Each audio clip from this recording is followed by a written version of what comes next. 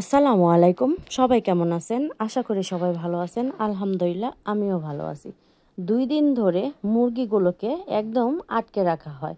তো ওরা 2 দিন আটকে থেকে এমন বিরক্ত হয়ে গেছে, খুব মারামারি শুরু করে দিছে। যেহেতু 2 দিন ধরে একদম বৃষ্টি হচ্ছে মুষলধারে, তো তার কারণে ওদেরকে কোনো ক্রমে ছাড়া যাচ্ছিল না। যেহেতু আমার উঠান মাটি, তো এই কারণে অনেক কাদা হয়ে যায়। তো এই কাদা অবস্থায় যদি ওদেরকে ছাড়ি, তো চারদিকে ওরা দেখা যায় যে দৌড়াদৌড়ি করে, আরও কাদাটা বেশি হয়ে যায়, এমনকি বারান্দার মধ্যে ওঠে, বারান্দা নষ্ট করে দেয়। তো এই কারণে ওদেরকে 2 দিন ধরে একদম আটকে রাখছি। আর ওদেরকে খাবার দেওয়াও খুব কষ্ট হয়ে গেছে, কারণ আমি আমার জায়গা থেকে ওদেরকে আবার খাবার দিতে গিয়ে প্রতিদিন বৃষ্টির মধ্যে 2-3 ঘন্টা করে ভিজতে হয়, কারণ প্রত্যেককে খাবার দিতে, পানি দিতে অনেকটা সময় লেগে যায়। তো গতকালকে ওদেরকে সন্ধ্যার টাইমে পানিও দিতে পারি নাই, আজকেও সকালে পানি দিতে পারি নাই, দুপুরেও পানি দিতে পারি নাই। ওরা পানির জন্য এত পিপাসার্ত হয়েছিল যে ওদেরকে ছাড়ার সাথে সাথে ওরা খাবার না খেয়ে আগে পানি পিপাসা পূরণ করছে, মানে ওরা এত তৃষ্ণার্ত ছিল। তো আর অনেকেই বলবেন যে পানি না দেওয়া এটা কেমন, আসলে সেরকম দেওয়ার সুযোগও হয় নাই। আর যেহেতু অনেক বৃষ্টি, তো বৃষ্টির সময় কিন্তু মুরগি একটু পানিটা কমই খায়। তারপরেও ওদেরকে যখন দিলাম, তো ওরা ভালোভাবে পানি খেয়ে নিছে।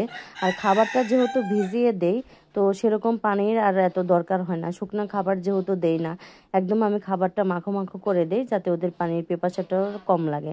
তো আপনারা কিন্তু অনেকেই দেখছেন আমি যখন ভিডিও ছাড়ি যে খাবার কিন্তু আমি অনেক কিছু দিয়ে মিক্সড করে দেওয়ার কারণে ওদের পানির পিপাসা সেরকম প্রয়োজন হয় না।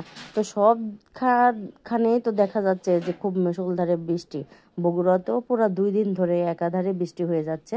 তো বিকালে আজকে 4টার দিক থেকে একটু বৃষ্টিটা কমছে।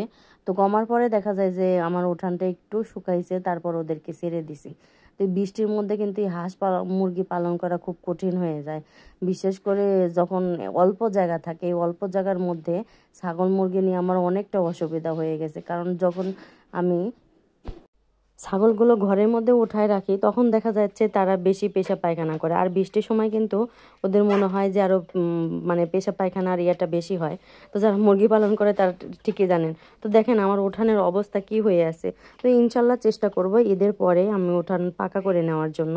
আর এবার আরেকটা সমস্যা হয়েছে, সেটা হচ্ছে আমার মুরগির ঘরের মধ্যে পানি ঢোকে, মানে নিচে আর কি ফ্লোরটাও আমরা পাকা করে নেই নাই, যেহেতু আমাদের সেরকমভাবে প্রস্তুতি ছিল না যে এতগুলো মুরগি পালন করব, একদমই একাধারে মুরগি পালন করব।